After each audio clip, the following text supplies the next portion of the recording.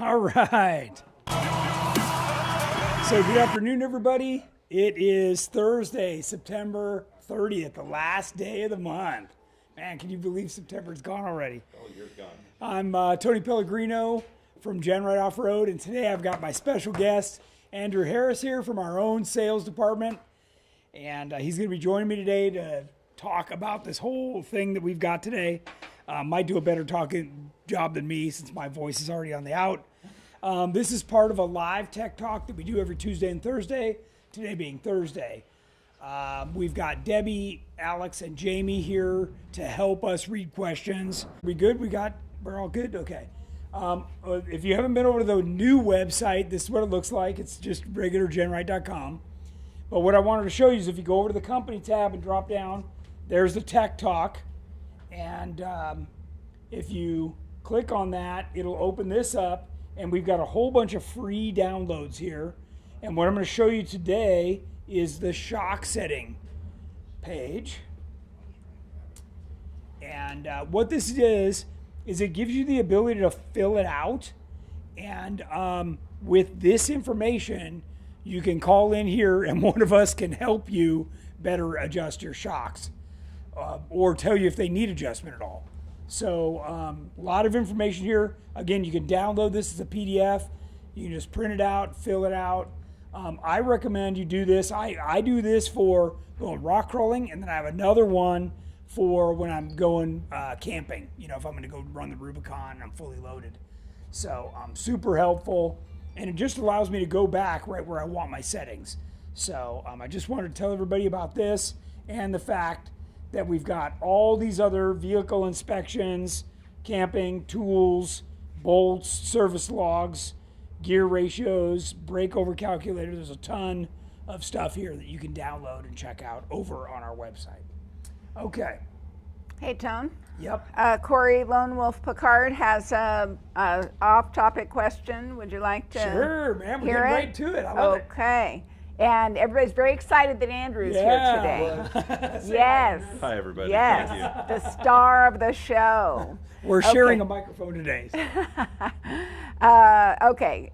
Corey, let's start it off with a question for lights on the roof, such as a chase light. Is there a type of connector that would mount to the roof and be watertight so I can plug in my harness from the lights outside to the connector that passes through to the inside and run my harnesses through the inside?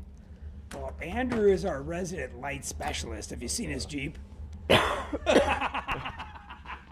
Well, okay, so he's asking about chase lights. I don't have a chase light on mine, but I know a lot of the different companies, they have different functions. Whether you're using them for turn signals or just flashing, your running light, brake light. Some of them have a reverse light built in. I know the Vision X one that you guys are typically running. That's that Deutsch connector. Okay, so that's using the Deutsch connector, which is, phenomenal for all types of weather. The biggest thing is, how many wires, just getting the proper connector for the amount of wires. So, and that's something that can be disconnected. If it's, you got to put your top on or whatever the case may be, you can disconnect it or reconnect it very, very easily. So, that's a good question too, because like on Terramoto, when I go on the street, I unplug it so that all those lights aren't gonna give me a ticket. So sure. Yeah. All right, what else we got? Anybody notable on? If you don't have any more questions, We've got lots of our friends are with us today. Stephen Horsch, Corey Lone Wolf Picard, of course, Cameron Harris, wow. Esther Parrott Newcomb, Ken Brandt. Cameron's very excited about Trail Hero. Yes, of course. Jeff Lawn, Kelly Sims, Terry Runyon, VB Tom, Bob Haffey, David Cundy, Sam Walker, Rick Harrington, John Miller. He said, sadly, he won't be able to go to Trail Hero. His dog sitter got the Rona. Oh. Bummer. Oh, Kelly Sims, Sam Walker, Ken Brandt, Ari Omni, nice. and Sunny Vashith says hi to you. Awesome. Andrew. we talk quite often. Yeah. Debbie, I love all of our friends. Is there anybody that's new? We get a lot of phone calls complimenting us on our tech talks, especially because of Tony. You see some new names. We've there? got Danny Who's new? Ashley. Does that sound? That sounds new. It sounds like a new name to me. Somebody speak up if you're new. Rick Harrington, we're glad you're here, but you're not new. I like Rick's picture today leaning against his Jeep. I commented on it. Nice. Steve Waterman, who is a top fan. He's got our full GenRight suspension. Brigida Hopkins and James Smith from the UK. Oh, wow. Awesome. There Yeah. we go. All right. Excellent. Okay. Do we have more questions yet, James? Are we doing okay? Nothing on YouTube. Okay. All right. Yeah. For those of you who don't realize that, we are live on YouTube as well as Facebook. So if you're not a social media person, that's a good place for you to check it out. All right. Let's kind of recap. Last Tuesday we finished our terminology series. So you guys can go back and view that again, both on Facebook and YouTube. That was 5 or 6 parts. And if you did listen on that, thank you. Hopefully you learned a lot. And we're trying to teach everybody more and more. Of course, we're here to talk about your favorite subject and ours, Jeeps, right? So let's see. Let's talk about this. Let's jump right into this. This has been something that has been asked for a long time. And what is this, Andrew? This is the infamous TJ to LJ conversion. Yeah, and it is nice. Have you seen it yet? Not up close. I've seen the pictures. The pictures are awesome, but in person, it's even better.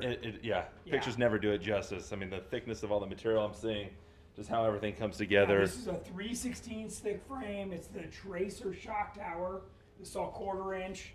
You got extra gussets, and this is the rear bumper and cross member that goes on here. So there'd be 2 frame sections, obviously, and this still gets tow points. This is also set up to take a receiver hitch if you want one. So yeah, pretty darn cool stuff.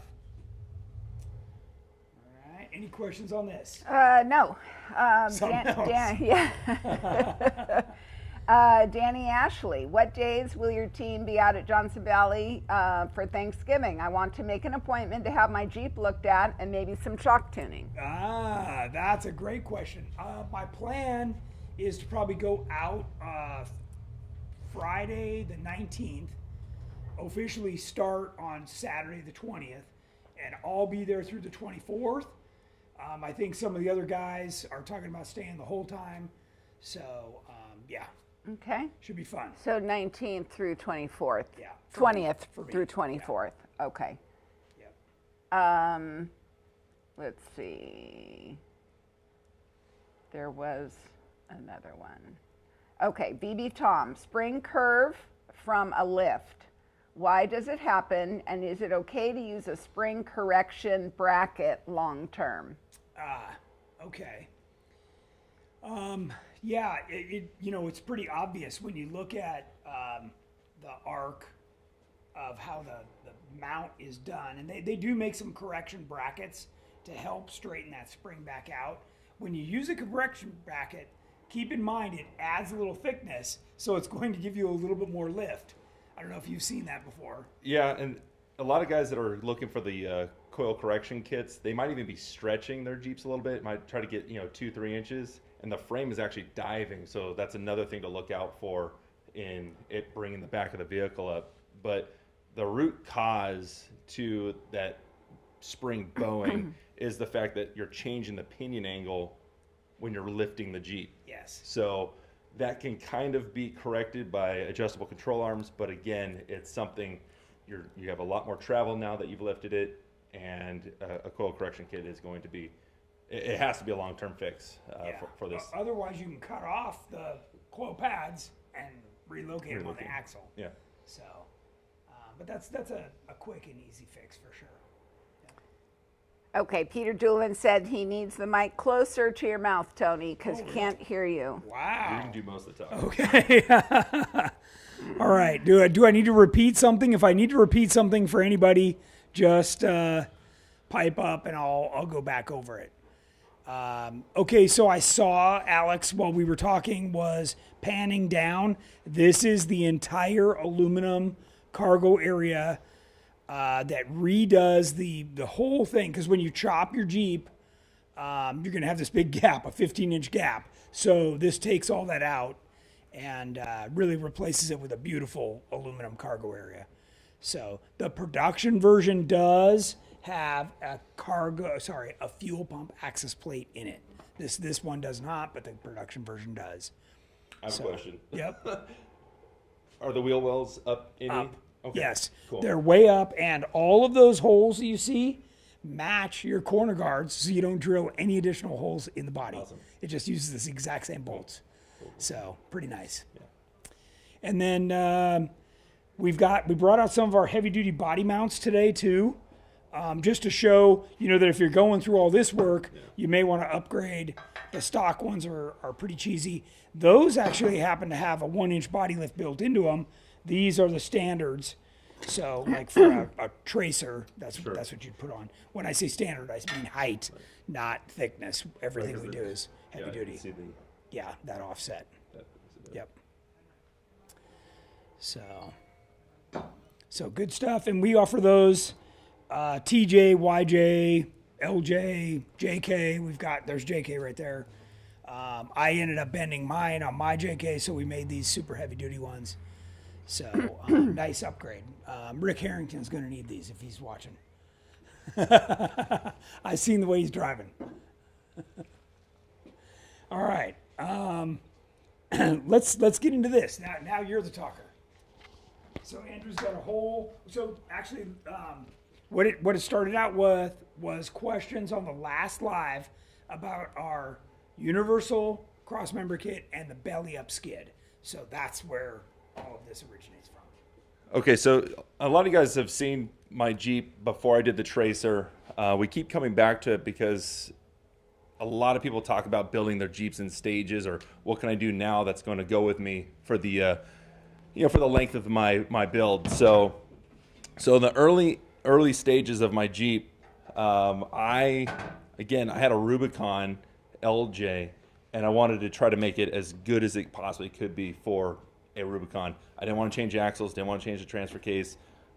Frankly, didn't want to touch the suspension because I knew I was going to do our long arm kit, which turned out to be doing our tracer system. So in order to do our belly up, a lot of people are talking about breakovers. I think Tony was talking about that last Tech Talk. The drivetrain does need to be lifted. So it's a little bit of a snowball effect. We were just talking about building an entire package for our belly up system that would include the high clearance body mounts that give you that 1-inch body lift without using hokey spacers. Then our universal transmission cross member, which comes in multiple pieces. It telescopes, so depending on where it's getting mounted or welded to the frame, it could be used on really any application. I don't care if you have a Jeep, a Toyota, you could buy this and use this. Well, on the side, then on the frame. Yeah, so Tony's showing the frame side brackets. We provide you the bushings, the tabs, the barrels, the pre-notch tubing, pre-bent, the transmission plate. I mean, really, this is preventing you from having to go to your local hardware store trying to source a bunch of these parts. It just makes it clean and simple. And shoot, if you need to drill a couple extra holes for your application that may not be a Jeep, you can go right ahead and do that. We got a ton of holes in there.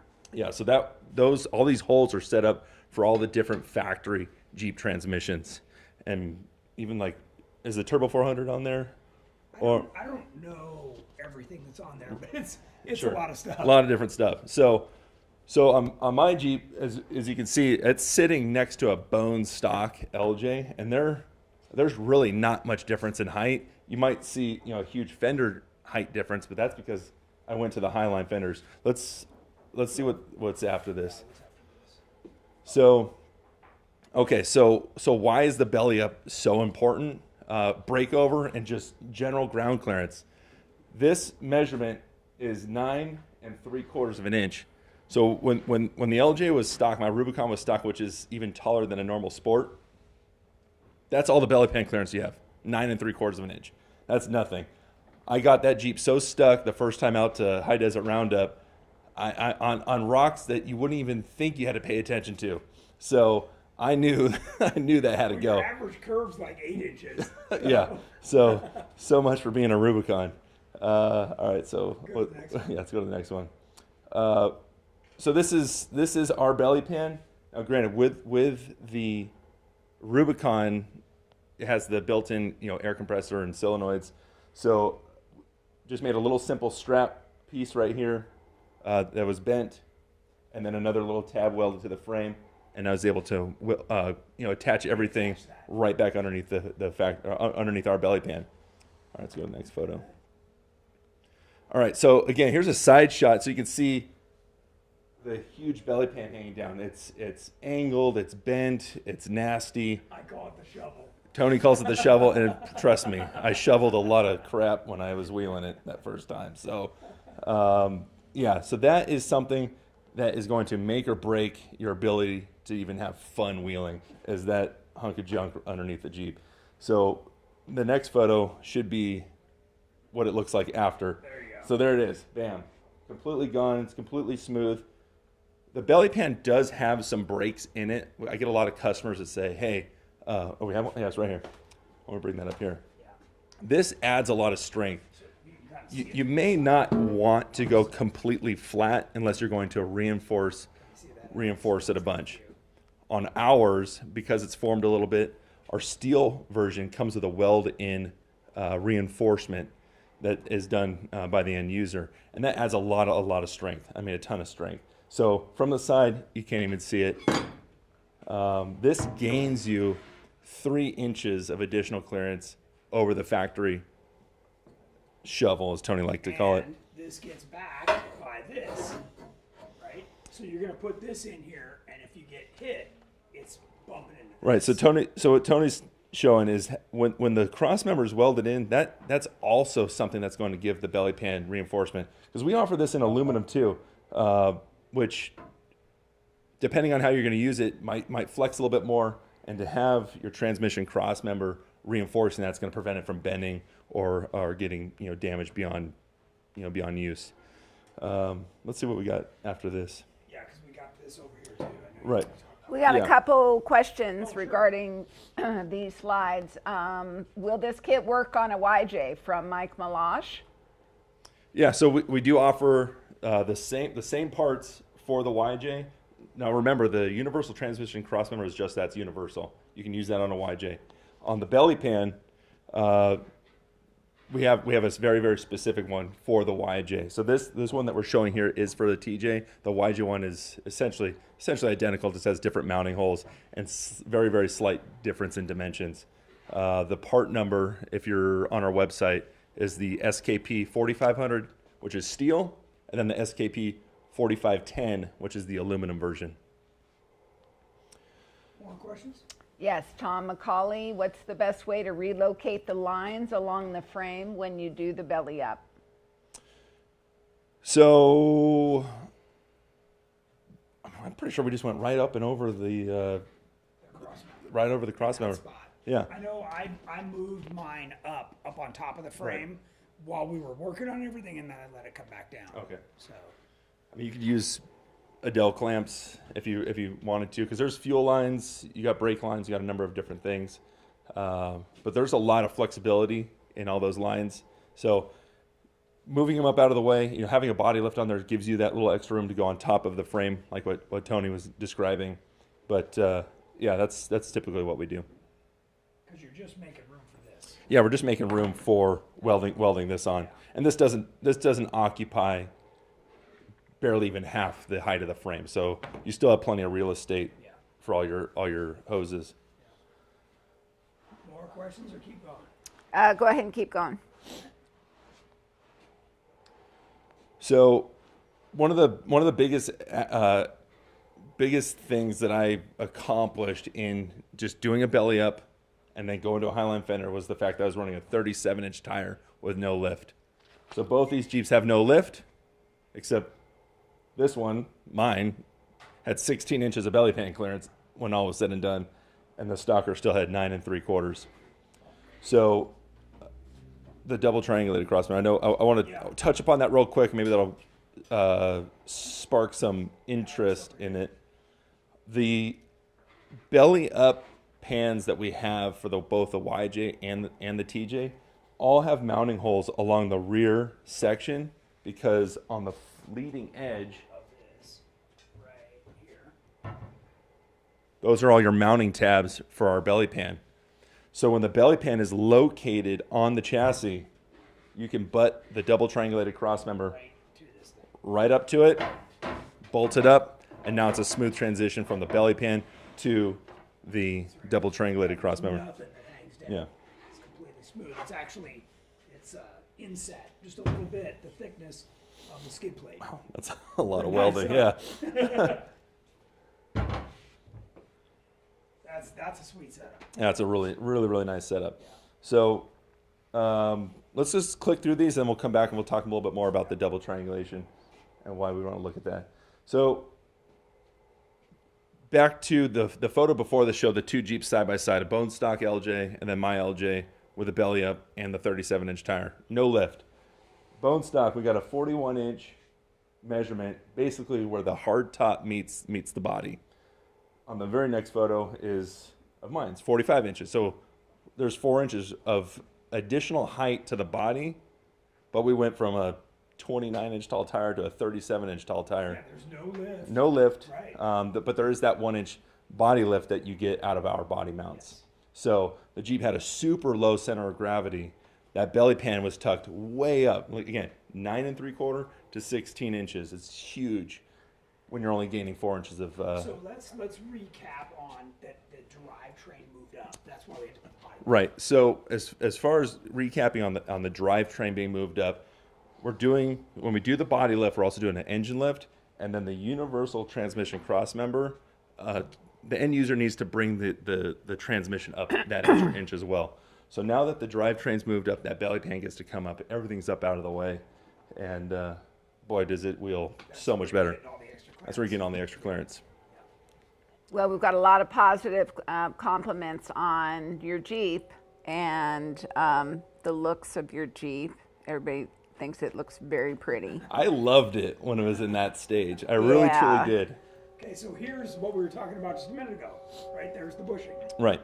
So the reason why we used to sell this flat. Yes. So this used to be considered our drop universal transmission crossmember. Now this is all that you need, depending on, doesn't matter what you're doing with the drivetrain. So on mine, because we're bringing it up, those brackets are getting welded at the top of the frame, and then it drops down to make room for the exhaust. The only modification that I had to do when I did the belly up was take the catalytic converter and moved it forward, I think 6 inches. And that was it. Everything else was factory. So yeah, it works out pretty good. Yeah, it worked out really nice. So don't underestimate what a stock or even a short arm system can do. So even with the factory control arms in the rear, I do have Curry's now Rock Jock 4x4 control arms in the front. The Jeep flexed really, really well. Now, it wasn't going to win any competitions, but there was a lot of situations where it still kept all 4 tires on the ground. It was very, very dependable, very predictable. It still had all the stock geometry, so it drove well. I enjoyed it thoroughly while I was saving to do our Legend kit, which again turned into me doing the Tracer. So, And you can see a little bit of how the belly pan looks pretty flat, but you can see the slight breaks in it. right. So Tony's talking about the belly pan. You can see the slight breaks in there. Heavy duty body mounts. With that body lift, a lot of times, if you just stick with those spacers, your body mounts are going to get clapped out. They're going to get smashed on rocks. They're going to get beat up. But when you do the heavy duty ones that we offer, not only are they stronger, they're up out of the way, and you're not going to hit them. All right, next one. Any questions, Deb, or keep going? Louis Padilla, what's the current availability of King shocks for a TJ stretch 7-inch rear? Are you buying our suspension system, or You have some reserve? Louis have- Padilla so? Jr. Do you recognize? I don't. Yeah. So the situation with King, with Fox, with Bilstein, with really any shock manufacturer is all you guys are crazy and buying up everything. So what Tony's done with the help of Shane is we've thought about, okay, what shocks do we need for our systems for the next year? And so we're placing POs. We've been doing this for forever, for years. But Shane saw this coming. He saw what was happening to the industry, and he started placing huge POs. So we're bringing in POs that we cut back in January, back in December, back in November for our kits. So if anybody's out there looking at our stretch kits, come to us, buy that suspension. We got shocks on the shelf for those kits, but we can't separate them from those kits because Then we can't sell the kit. then we can't sell the kit. Right. So everything from 2.0s to 3.0s, we got them on the shelf. And Steve Waterman, at 103 inches, if I want to stretch 10 inches behind the door, do you have hardware for just to frame? So that's this kit that we were just showing. So, okay, Steve, so to go to an LJ, it's actually 15 inches in total, but for you to just add 10 inches in front of behind the door, in front of the wheel well, just know that there's not going to be a corner guard that fits that. There's not going to be a top that fits that. You do want to add that full 15 inches. So the TJ to LJ conversion that we have sitting here on the floor is that 15 inches that you need. With this system, we are putting that rear shock tower at the tracer wheelbase so that you are, let's see here, from a TJ, it's going back like 17 inches from factory because you're going LJ, so you're adding the 10 inches, and then you're adding about 7.5, almost 8 inches to go to the tracer length on top of that. So definitely check this out. Otherwise, if you just want to add that 10 inches, just remember, you're not going to be able to get a top. You're not going to be able to get corners. You're just going to have to scab in some 2x4 tubing. We designed all this to be true LJ. Right. Yeah. So what Tony's saying, we wanted this to be LJ, like convert it to an LJ, Yeah. not something in between. Top, soft top. Yeah. All the different tops. Yep. Couple of questions about current topic. Todd Stephen, can you do the frame section and replace the TJ tub with an LJ tub? Yeah, that would be the intent. So where the body mounts are, that'll all work. If you're able to find an LJ tub, that'd be awesome. Doing this would be very, very good. Get an Aqualoo tub. Yeah. So, Aqualoo does make aluminum tubs that you can do. I had one for the longest time. That was going to be a part of the build, but ended up, it was just biting off way more than I could chew. So that was long gone. Okay, what else you got? Having some Facebook issues. Robert Quiros is watching us from Costa Rica. Awesome. And he said hello. Awesome. We do have a quick question about the Auburn selector lock. How much wheel rotation until it locks up? So that one is an electric locker. So when you hit the button, it's on. So there's no rotation. And then, would you recommend the Legend kit with 6-inch rear stretch and coilovers, or a TJ only going to 35? 6 inches, 99. That's pretty good. That's pretty good. Yeah. So if you're going to be, the question was 35-inch tires on a TJ 6-inch lift. That'll take it to 99 inches, or 6-inch stretch, sorry. 99 inches, that would be perfect. Yep. Okay, Deb? Scott Pierce, so what is all needed besides the MML, BL, Crossmember, and belly pan? So he's talking about motor lift, body lift, crossmember, and belly pan. To get a belly up, that's really all you'll need on a Rubicon. If you have a Sport, you'll also need that slip yoke eliminator. And then, like I discussed, I did have to modify the exhaust, move the catalytic converter forward a little bit. So those would be the other two things that you would want to consider. Exhaust mod. Yeah, small exhaust mod, and that's basically it. You might have answered this already, but Mike Malash asked if this kit will work on a YJ. Yeah. Should. Yeah, it's different part numbers, but Different. yes, Yes. we have that. Yes. Tom McCauley, what's the best way to relocate the lines along the frame when you do the belly up? So we kind of touched upon that a little bit. There is enough room when you get the body lift in there to run it up and over the universal transmission crossmember. And if Adele clamps need to be used to hold it securely, we recommend that. I do want to touch upon the Auburn locker question about the engagement, because I get this phone call a lot. The other electrical lockers on the market do need, and this is probably why you asked that question, they need at least a half a rotation to engage, because the way the mechanism is engaging, there are ball bearings that are rolling and spreading the mechanism inside, whereas the Auburn works more like an ARB where it's just engaging. Yeah. So it's really nice because on other manufacturers' lockers, when you go into reverse, it has to disengage in order to re-engage, and that could just, if you're stuck, you need all the help you can get, and that's not helping. That's not helping. The one other thing that I want to add on brand new lockers, whether it's an ARB or an electric, is everything's tight, right? So when you hit the button, it may not be as responsive because it's all breaking in. So just keep that in mind as well. Yeah. Anthony Paquette, for the JK body mount brackets, can they be welded in without removing the body? What mounts do you use with the brackets? Yeah. Yes, they can be welded in. So they come with a whole series of Templates or templates. And what you do is you just do one at a time. So you match these up on holes on the frame and do one at a time, and they go right on. So, yep, you do not have to take the body off. And then the other question you had was which body mounts would just be the factory style bushing.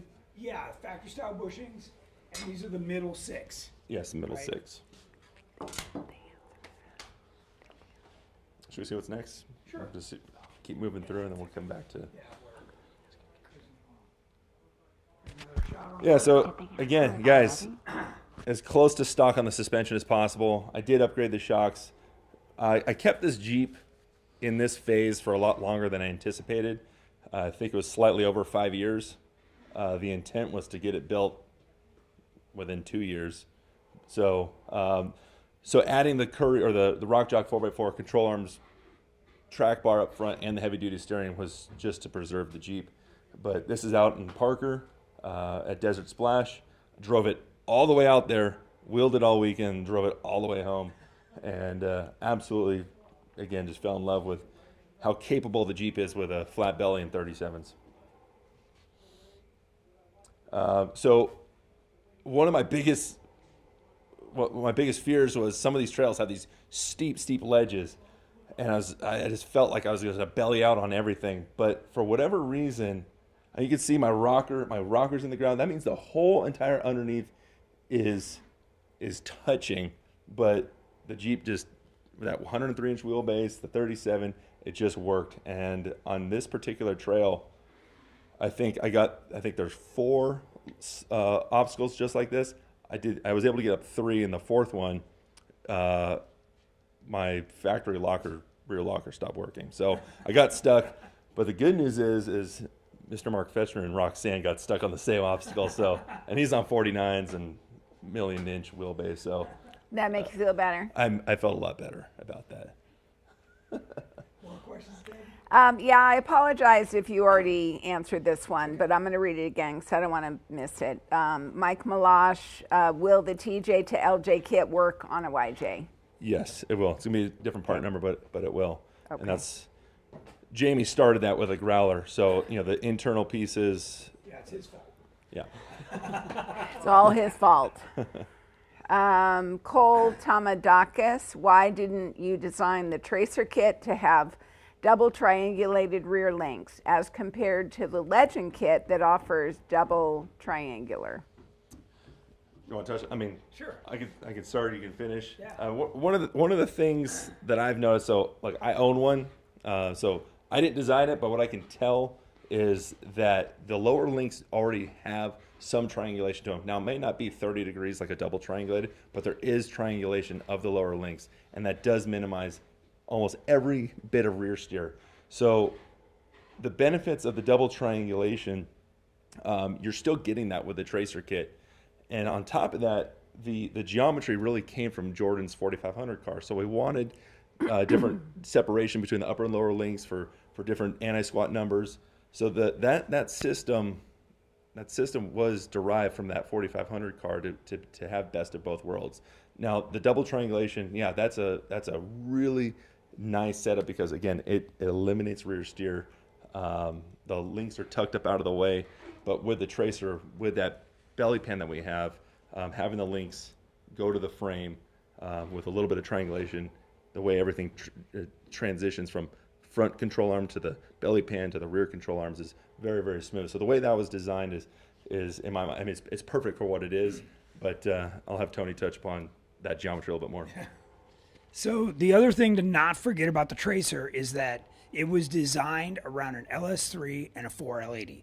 Okay, so that's what Jordan had in his 4500 race car, and that whole drivetrain sat down really low. Right. So it was the first suspension on the market designed around a V8, and then we backed up and did it around the 6-cylinder, but everything around it was lowering the center of gravity and getting that thing to handle like it's on rails. So yeah, I measured the stock motor versus the LS, and that motor sits 3 inches lower than the stock motor.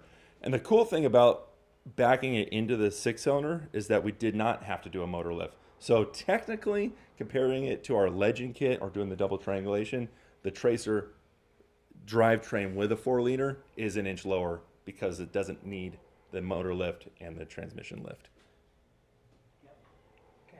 Mark Lawrence, can I use the double triangle Crossmember with an Atlas 4-speed on my 04 LJ? And can I install the 23-gallon gas tank before I install the coilovers? So with the 4-speed Atlas, the 4-speed Atlas is 5 inches longer than a standard Atlas. Where you would have to put the double triangulated Crossmember is not going to reach the belly pan. And so we just talked about this. So, the way the frame is tapered where this belly pan goes, the double triangulated Crossmember goes right where the frame begins to be parallel.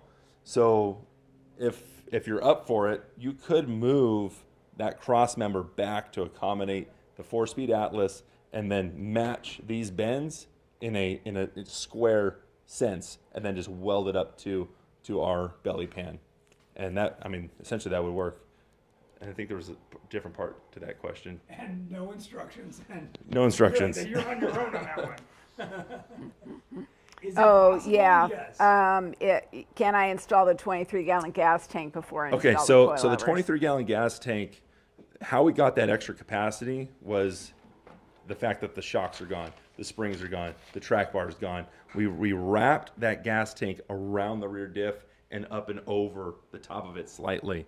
So I've had a few customers do our 20-gallon version of that and slide it back and have room for the factory shocks, the factory track bar, and the springs and so forth. So you could definitely do that on the 20. I still don't think there's enough room for the 23 to do that. Peter Pillman, is double triangulation rear for YJ 10 degrees for lengths? It's 30. The lowers are going to always be 30 as a TJ or YJ. 10 degree would be our regular. Our single triangulated, Corey Lone Wolf Placard said, Tony, I sent you a message about the connector I'm talking about, so if you have time afterwards, I'd appreciate it if you could check it out. Austin Schroeder wanted to know if the kit's now on the website. This kit is on the website right now. Okay. Yeah, as of today. Nice. As of right before this show. Yeah. Shauna Kluna, will the floor kit for the TJ to LJ conversion work in a factory LJ? Oh. I don't see why not. I mean, we're converting it to LJ length. All the bolts are the same. All the bolts are the same. I mean, I see why you'd want to do that, and for get the wheel wells up, way easier to clean and manage. Sure, absolutely. And we are going to sell that kit separate from the frame kit because some people. Also on the website already. That's already on the website too. Yeah.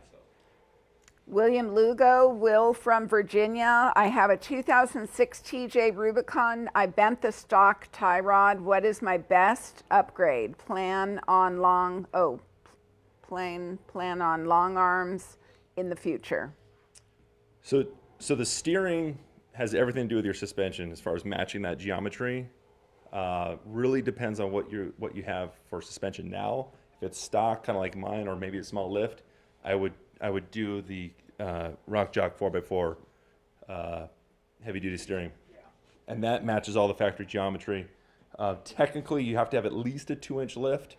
I learned the hard way that stuff collided without a lift, so I got some really good tips if anybody doesn't have a lift, like blow torching your pitman arm and twisting it.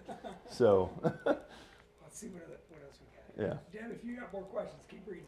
Ryan Middaw, what company do you recommend for installation of your cage for an LJ in the San Diego area? Who's Keith's got a good guy down there. Keith, if you're watching. Tell him to, or have the guy call in and ask to talk to Keith. Yeah. Got a question? Go ahead.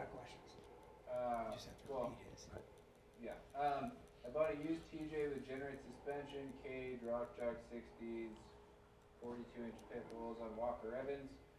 I realized that it has 1 1/4 spacers on the axles. Is that crazy dangerous? The front track is 3 inches wider.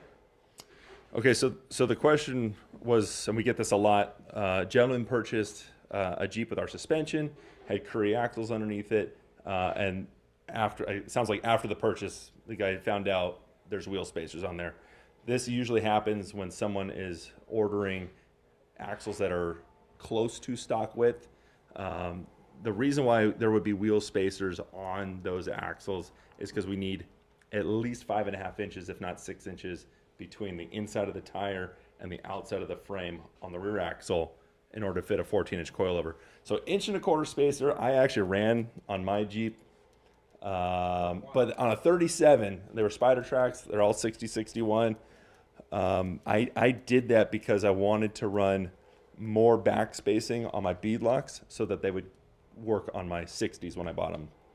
I did not have any intentional issues. I say that because my Jeep was tampered with, and I almost died on the freeway because both tires decided to say bye. But they were great. I checked them often. They never came loose. If you follow the proper torque specs, you don't hammer down on them with an impact. I believe it was 90 foot-pounds to the Jeep, and then the wheel to the adapter was 85 foot-pounds. And I checked them regularly. They never ever came loose, so they were fine.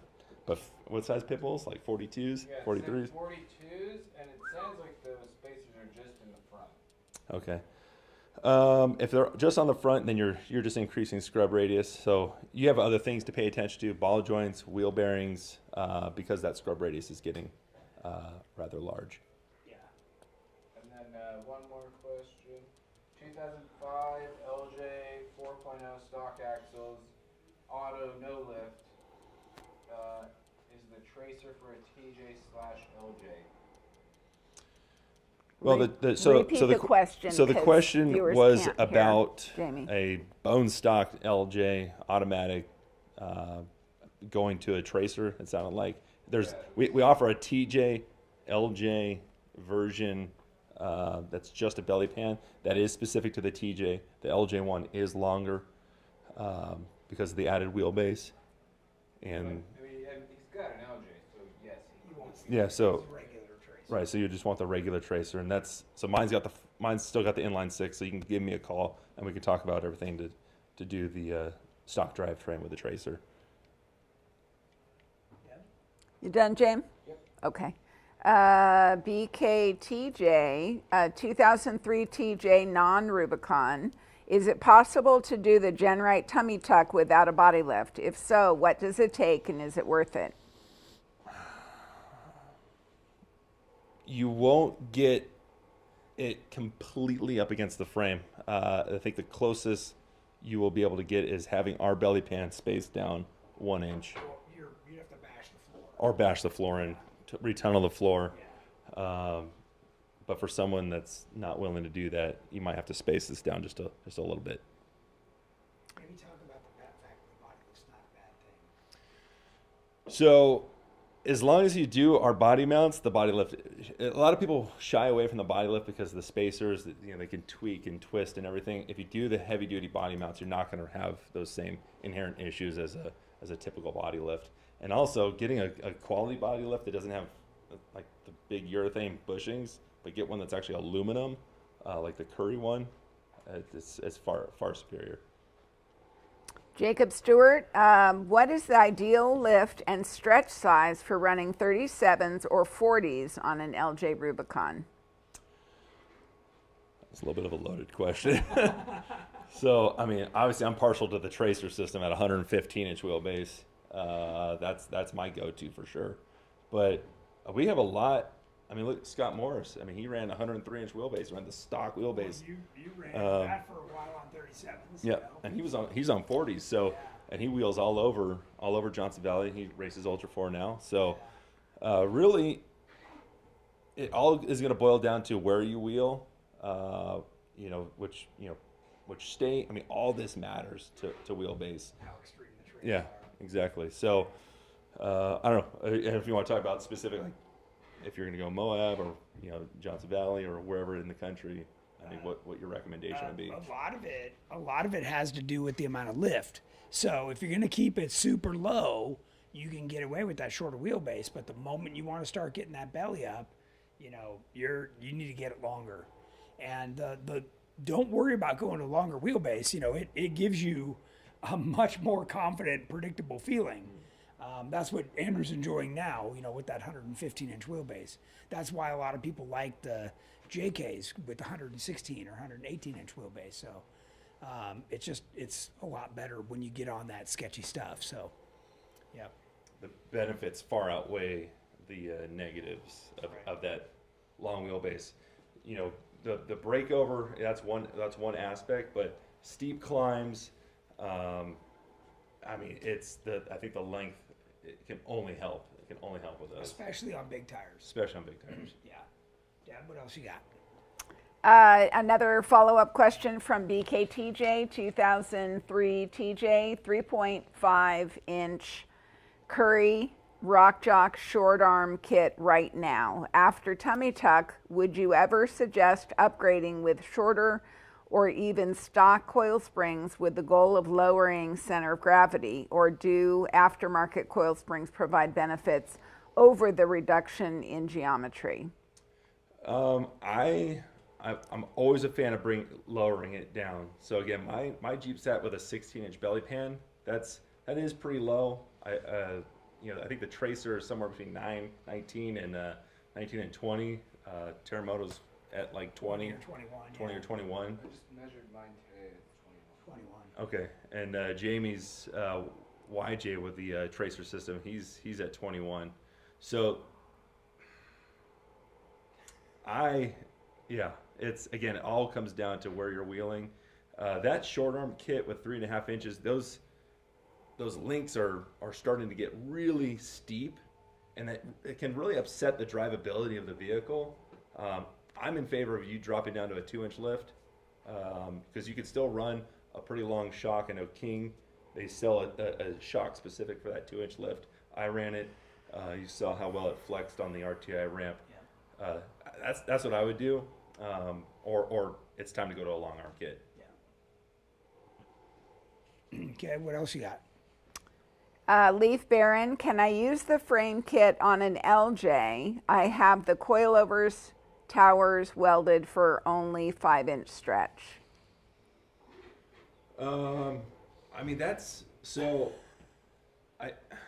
Yes. So to patch the frame and then move the shock towers back farther, I think is a lot more work than just hacking off the back of the frame and doing that. I'm in favor of getting this conversion because all the geometry where the shock towers need to go, it is a stronger, you're making the frame stronger back there. So if the cost isn't prohibitive to just cut off the back of the frame and put that on there, I'd say do it. Otherwise, patching up the factory frame where your 5-inch stretch is to go to an 8-inch stretch might not be worth your time. Yeah, and eventually we're gonna do a whole frame, LG frame. Okay. So Tony was just saying, and eventually we're just gonna offer an entire frame. So we're stepping into that right now, as you can see. Ellen Alvarez posted he's currently wheeling double Sammy watching TED Talk. Yeah, baby. Nice. I'm definitely looking forward to wheeling with Alan again. So. BKTJ again, I'm curious what collides. I have no problem making clearance the transmission tunnel with a hammer if that's all it would take. Yeah, baby. Just get it. Yep. Because I mean when you're moving the transfer case up, there's like right next to where your seat is, there is room. Like, cause on my 4-speed, we had to do the same thing. We had to clearance the floor. So with the stock transfer case, yeah, clearancing the floor is not a big deal. And then line exit after, or get your own spray and bed liner. It's going to look factory when you're done. So, a lot of guys get creative with tin work and whatnot. I mean, hammer it. Yeah. I say hammer it. Never see it anyway. You're never going to see it. Andrew Dylan Mork wants you to come wheeling with him in West Virginia. That's far. I'll put it on the list of things to do. Peter would be on that list for West Okay. Mm-hmm. Yes. I'll come wheel Peter's Jeep with you. How about that? If it's okay with him. Tom Erkey, my TJ has a front 4-inch stretch with the extension kit. What will be the new wheelbase? You're going to be at 115 also. All the tracers moved that front end forward about 4 inches. So you'll be at 115, Tom. Brigitte Hopkins, Andrew is doing a great job answering questions today. Does he feel like answering questions live in front of Tony is like giving his final dissertation?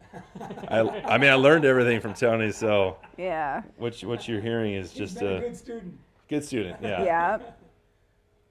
Yeah. Rick Harrington, on my Elite with 40s, I am at 14-inch clearance on bottom of pumpkin and a little over 20 inches on the belly, 23 inches to the rocker side rails. Yeah, it's perfect. And Rick's running those high 9s, right? Yeah. So what's the difference at the pumpkin between like Curry's 70? Probably an inch. Yeah. I guess. I just measured that, and it's the KOH car, and it's 19 inches. Okay, cool, awesome. It just is what it is. Yeah. You know. Yeah, so if you guys didn't hear, Tony was just measuring his old 4400 car, and the belly's at 19 inches on his 4400 car. Nexus, and that's on the If you website. want to get through the rocks, like, Yep. that's where you got to be. Mark Lawrence, on the LJ Tracer system, what is the up travel front and back? Approximate measurements.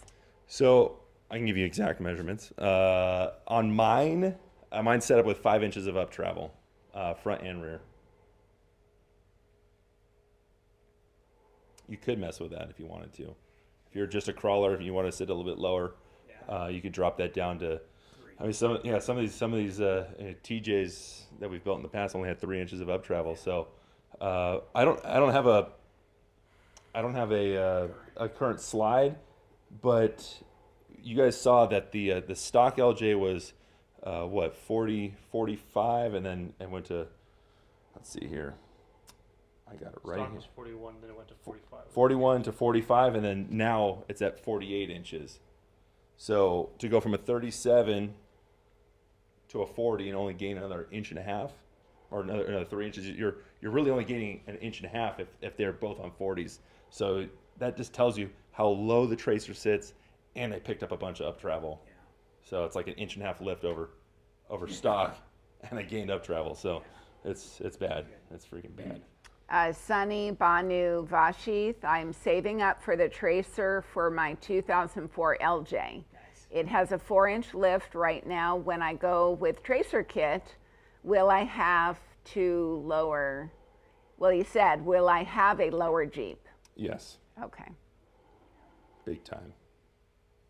And I do, our next slide is to talk about Trail Hero, so Okay, that's all you. really just, Yeah, we go okay ahead. on questions or? We're fine. Okay. Go ahead. So, if you've never been to Trail Hero, this is where virtually everybody in the industry is going this next week. And it's out at Sand Hollow, which is just outside of St. George, Utah. It's a great area. It's very similar to Moab.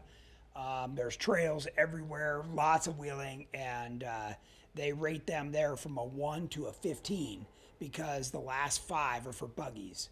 So, but I can tell you, if you are on a 9 in a Jeep, you're like on the ragged edge. So, it offers a wide variety of complexity, but that is this next week.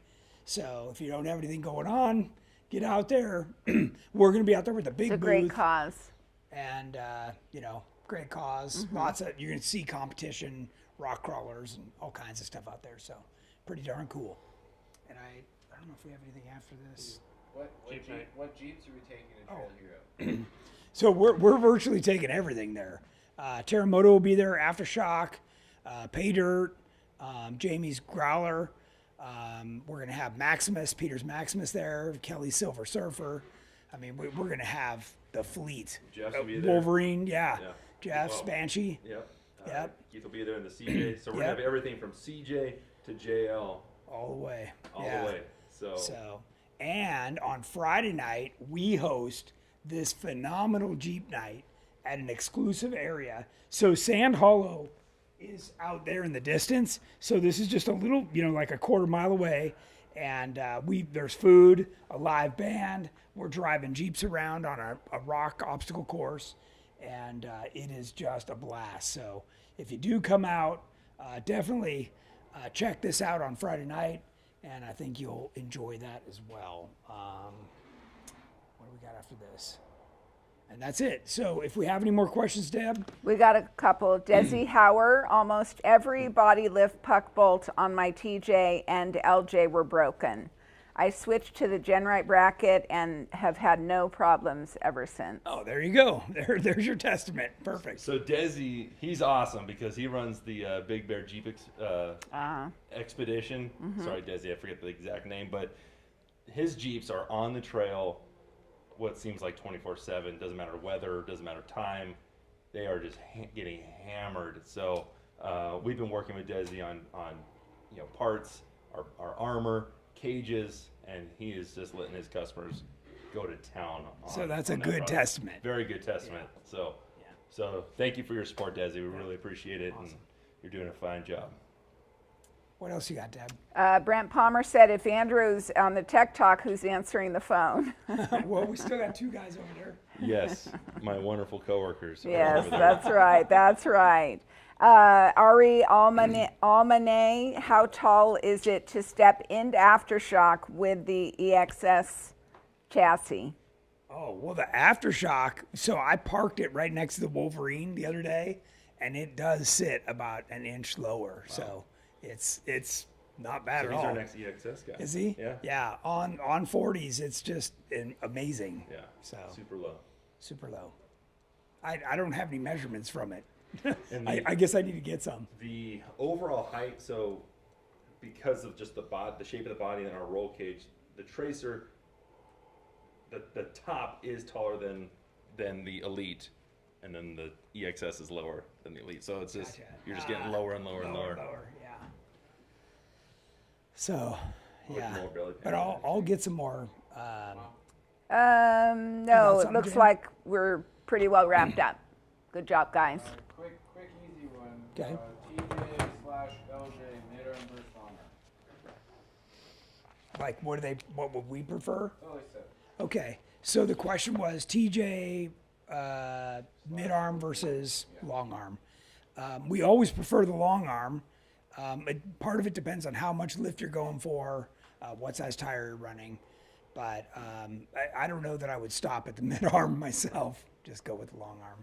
I heard a lot of good things about it, but again, it's you know, our system is, I mean, it's proven. So again, it's just going to boil down to what if you're looking at the Legend, you know, doing the belly up or doing the tracer and having that system. There's nothing that either of those systems would be outperformed by a mid-arm kit. If I stretch my YJ to LJ length, what type of frame or body work would I have to do? Yeah, so okay, so the question was, if you stretch the YJ to the LJ body length, what kind of body work do you have to do? There's a 15-inch section that you have to weld in just right above the wheel well, and then you get this whole new inner cargo area, and then you put on LJ corner guards, and you don't even notice a difference. Yeah, that's see about it. 1 inch of where you've scabbed in that piece. That piece. And so good body shop, or if you don't care, just go right over it. Yeah. Which mine you can't. Which really Jamie tell. did. Yeah. So, and you can see pictures of that YJ on our website in the gallery section, and it's called the Growler 2.0. I just realized I left off a Okay, question sure. from the beginning. Caro Barsex, 2012 JKU with 40-inch tires and Dana 60s front and rear. What are your thoughts about running ARB lockers in rear and a Detroit locker in front with manual locking hubs? So I know that that's a preferred combination for John Curry. He loves that combination. And if you're going to run a Detroit in the front, you have to have locking hubs, right? Because you get on the street and that thing's going to be fighting you big time. So a lot of people like that. Of course, having the selectable in the rear allows you to really turn, right? And the Detroit just is a matter of power. So if you're on and off the gas, it'll relax and let you turn. But that's a great combination. The Detroit is very reliable. So even if your rear were to experience a problem, at least your front would be no problem. So that's not a bad combination. Okay, we're all good. All right. It's a wrap. Well, thanks everybody for joining us. Thanks for Andrew for joining me today. That was awesome. Yeah. And the Tuesday next we'll be time in we San come to you Paulo. will be from Trail Hero. Yeah. So tune in. Make sure you don't miss that. I'm sure we'll be doing something fun come Tuesday.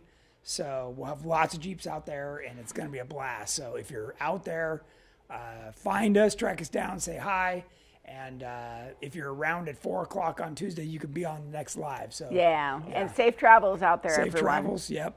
All right, everybody. Thank you, and good night.